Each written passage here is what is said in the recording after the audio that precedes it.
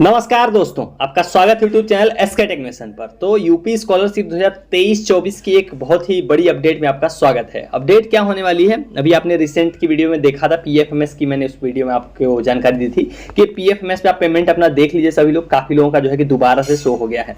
उसका सवाल यही आप लोग कि खाते में पैसा कब आएगा। तो इसमें इस वीडियो के अंदर हम लोग वही डिस्कस करेंगे कि कौन से छात्र हैं जिनका पैसा जो है कि अगले 5 से 7 दिनों के अंदर अंदर उनके खाते में जो है कि आ जाएगा। तो वो पूरी जानकारी आपको मिलेगी। उसके अलावा सेकेंड राउंड पर भी इस वीडियो के अंदर हम लोग बात करेंगे, जो द्वितीय चरण है जिसके लिए पोर्टल अभी जो है खुला हुआ है, उसके ऊपर भी आपको थोड़ी जानकारी दूंगा, थोड़ी अपडेट दूंगा कि एनआईसी का स्क्रूटनी कब से कब तक होगा, उसमें करेक्शन कब से कब तक होगा। ये सारी अपडेट जो है कि इस वीडियो के अंदर आपको देखने को मिल जाएगी। तो वीडियो इंपॉर्टेंट होने वाली है। अगर आपका पैसा नहीं है, आपका पीएफएमएस पे शो हुआ है नहीं हुआ, सारी चीजें इस वीडियो के अंदर मैं आपको दोबारा से जो है कि समराइज करके और डिस्कस कर दूंगा जो भी नई अपडेट्स आई हुई है। तो वीडियो को फटाफट सभी लोग लाइक कर दीजिए। चैनल को सब्सक्राइब नहीं कर रखा है तुरंत सब्सक्राइब कर लीजिए, क्योंकि यहाँ पर मिलेगी आपको सबसे सही और सटीक अपडेट्स। तो चलिए लाइन से बात करते हैं आखिर में किसका 7 दिनों के अंदर पैसा आएगा। देखो 12 अप्रैल की डेट में काफी ज्यादा छात्रों का जो है कि अमाउंट दोबारा से इनिशिएट हुआ है। मतलब पेमेंट डिटेल्स में जाके आपको ये देखना था। ये आपको मैंने पिछली वीडियो में बताया था, आप जाके देख सकते हो। आप सिंपल अपने मोबाइल पर जाना, गूगल पे सरकारी अपडेट 247 सर्च कर लेना, वहां पर जाके आप चले जाना, उसमें पेमेंट नंबर 1 सर्वर 1 का इस्तेमाल करके ये डिटेल आप जो है डाल के चेक कर लेना। तो पेमेंट डिटेल में काफी लोगों का जो है कि 12 अप्रैल को अमाउंट इनिशिएट हुआ है। देखो यहाँ पर देखिए अंडर प्रोसेसिंग चला गया है 12 अप्रैल को और अमाउंट यहाँ पर इनिशिएट हुआ है।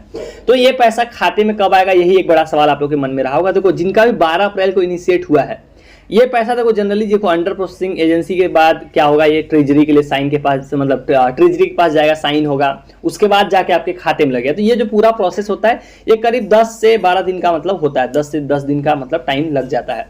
तो 12 अप्रैल को इनिशिएट हुआ था, तो आप ये समझ सकते हो कि मैक्सिमम 25 अप्रैल तक जो है कि खाते में पैसा आ जाएगा। और आज हो गई है 17 अप्रैल, तो अगले 7 से 8 दिनों के अंदर जिनका भी अमाउंट इस तरह से 12 अप्रैल को इनिशिएट हुआ है, जिनका भी इनिशिएट हो चुका, अंडर प्रोसेसिंग विद एजेंसी दिखा रहा था 12 अप्रैल को जिनका भी इनिशिएट हुआ, अगले 5 से 7 दिनों के अंदर अंदर मतलब आप मैक्सिमम ये समझ के रखो कि 25 अप्रैल तक आपके खाते में पैसा आ जाएगा।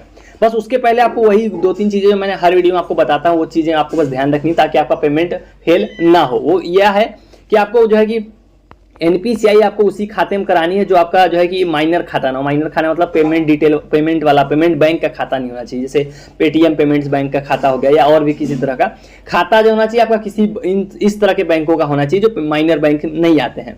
क्योंकि माइनर बैंक के जिनके भी खाते थे उनकी जो है कि पेमेंट बहुत लोगों के जो है कि रिजेक्ट हुए हैं, मतलब पेमेंट उनका फेल हुआ है, रिजेक्ट नहीं, पेमेंट फेल हुआ है। तो उस चीज को बचने के लिए आपको वही देखना है आपको कि एनपीसीआई आपका उस खाते में होना चाहिए जो माइनर खाता ना हो के, जो इस तरह के जैसे एसबीआई हो गया और इलाहाबाद बैंक हो गया, या फिर जो बड़े बैंक हैं एक्सिस बैंक हो गया, आईसीआईसीआई हो गया, इस तरह के जितने बैंक हैं इनमें होना चाहिए। एचडीएफसी हो गया, माइनर मतलब पेमेंट बैंक का खाता होगा तो पेमेंट जो है कि फेल होने के ज्यादा चांसेस हैं।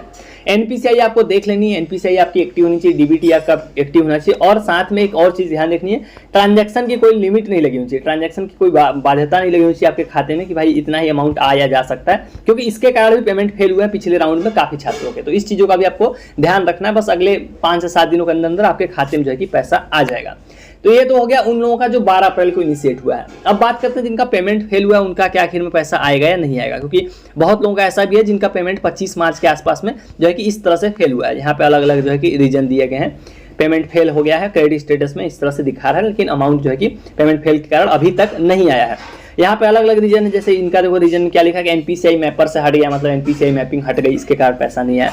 तो जितने लोग अभी देखो पेमेंट फेल हुआ है, अगर उन्होंने अपना जो भी यहाँ रीजन था उसको अगर फिक्स कर लिया है, इसको अगर सही कर लिया है, तो चांसेस है कि इस राउंड में जब ये पैसा भेजेंगे तो हो सकता है उन लोगों को भी पैसा आ जाए जिनका जो है कि पिछले राउंड में पेमेंट फेल हुआ है। तो उम्मीद है कि जिनका पेमेंट फेल हुआ है, अगर उन्होंने वो चीजें सही करा ली हैं, एनपीसीआई मैपिंग का जो भी समस्या थी या फिर ट्रांजैक्शन लिमिट की समस्या थी, माइनर वाले खाते की समस्या थी, अगर ये प्रॉब्लम आपने सही करा ली हुई, तो इस राउंड में जो अभी भुगतान होने वाला है जो बाकी लोगों का, जो 12 अप्रैल को जिनका इनिशिएट हुआ है, तो हो सकता है उसी के साथ आप लोग का भी जो अमाउंट इनिशिएट हुआ है आपके खाते में जो है कि आ जाएगा।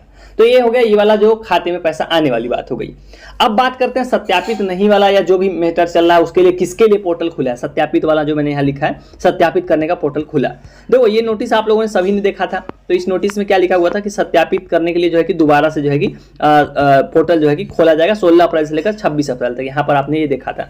तो एक्चुअली ये नोटिस कहाँ से आया, ये नोटिस आया SC/ST का जो सेकेंड राउंड वाला नोटिस है, उसी जगह से ये सारी डेट ली गई है। यहाँ पर आप लोग देख सकते हैं। तो ये आपके सामने जो देख रहे हो आप SC/ST वालों के लिए जो है कि जारी किया गया जो है कि समाज कल्याण विभाग द्वारा नोटिस है, ऑफिशियल जो उनका सर्कुलर है, नोटिस है, टाइम टेबल है। तो ये देखो इसमें फर्स्ट राउंड था एक और एक सेकेंड राउंड था। तो सेकेंड राउंड का सब कुछ जो है कि ऑनलाइन जो है कि शुरू हो चुका है ऑलरेडी। तो यहाँ पर आप लोग देख सकते हो कि 16 से लेकर 26 तक जो अफिलेटिंग एजेंसी यानी जो सत्यापित नहीं वाला मैटर था जिनका भी, जैसे मैं अब आपको एग्जांपल दिखाऊं, जिनका मास्टर फी नॉट फाउंड दिखा रहा है, जिनका इस तरह से दिखा रहा है master not included in demand due to master fee not found. इसका कारण यही है कि आपकी यूनिवर्सिटी के द्वारा जो है कि आपका मास्टर फी जो है कि सबमिट नहीं कराया गया और उसको सत्यापित नहीं कराएगा। तो इसके लिए जो है कि दोबारा से एक मौका है सभी जो है कि कॉलेज, सभी यूनिवर्सिटी के पास 16 से लेकर 26 तक जो है कि एक बार फिर से जो है कि वो चीजें हो रही हैं। यहाँ पर देख सकते हैं आप लोग 16 से लेकर 26 तक क्या हो रहा है, विश्वविद्यालय अफिलेटिंग एजेंसी जिला विद्यालय द्वारा वास्तविक छात्रों का सत्यापन व जो है कि पाठ्यक्रम संस्था को ब्लॉक करना, वो सेम चीज है जो आप लोगों का मास्टर फी हो गया, छात्रों की संख्या हो गई, ये सारी चीजों को दोबारा से सत्यापित कराने के लिए 16 से लेकर 26 तक पोर्टल खुला है। फिलहाल ये नोटिस जो है वो SC/ST के लिए है, तो उन्हीं के लिए पोर्टल खुला है। बाकी जो है कि वर्गों के लिए अभी तक कोई अपडेट नहीं है, लेकिन SC/ST के लिए जो है कि दोबारा से जो है कि पोर्टल खोला गया है। तो जितने लोगों का जो है कि इस तरह से दिखा रहा है, जो अब देखो इसमें एक चीज और आपको समझनी पड़ेगी कि ये फर्स्ट राउंड और सेकेंड राउंड दोनों सेपरेट था, लेकिन अभी तक ये क्लियर नहीं है कि जिनका फर्स्ट राउंड में मास्टर फी वाला समस्या आ रही है, क्या उनका सेकेंड राउंड में लोग कंसीडर करेंगे या नहीं करेंगे। यही आप लोग के मन में सवाल होगा कि क्या पिछले राउंड में जैसे आप लोग का रिजेक्ट हो गया फॉर्म, या फिर आप लोग को मास्टर फी नहीं दिखा रहा है, या जो भी है, या करेक्शन आपका कुछ नहीं हो पाया इसके लिए रिजेक्ट हो गया, तो क्या इस राउंड में आपको करेक्शन का मौका मिलेगा, आपका होगा या नहीं होगा। तो अभी देखो इस पर क्लियर नहीं है। ये चीजें कैसे पता लगेंगी, ये चीजें जो आप लॉगिन करोगे, अगर आपको लॉगिन में विकल्प दिखाई दे रहा है तो आप डायरेक्ट पता कर सकते हो कि आप लॉगिन करके कि आपका खुल रहा है तो समझ लो आपको मौका दिया गया, नहीं खुल रहा है आपको मौका नहीं दिया गया। लेकिन नोटिस में ऐसा कुछ भी नहीं लिखा गया कि पिछले राउंड के लोगों को भी मौका दिया जाएगा। तो जितने भी लोग हैं, देखो एक बार यहाँ पर डेट आप लोग दोबारा समझ लो, 16 से लेकर 26 तक दोबारा से ये चीज होगी। और NIC का जो स्क्रूटनी है वो भी शुरू हो गया है कल से। NIC का जो स्क्रूटनी होता है वही आप लोग का डिसाइड करता है कि आपका फॉर्म वेरीफाई होगा नहीं होगा। तो जितने भी सेकेंड राउंड के छात्र हैं SC/ST के, उन लोग को भी ध्यान देना है, अपना फॉर्म सब कुछ अपना देखते रहिए आप लोग स्टेटस। अब आप लोग के स्टेटस भी बदलने का समय आ गया है।